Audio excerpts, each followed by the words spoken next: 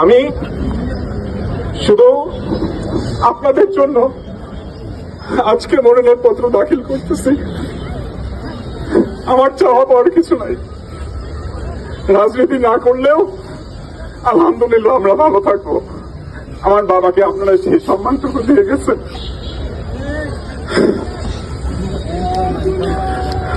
আপনারা কেউ স্লোগান দিবেন না।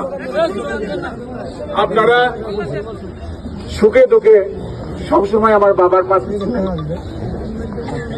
আপনারা ঠিক যেইভাবে করে আমার বাবার পাশে ছিলেন, আগামী সংসদ নির্বাচনে আপনারা দয়া করে আমার পাশে থাকেন এবং আপনাদের প্রত্যেকটি ভোট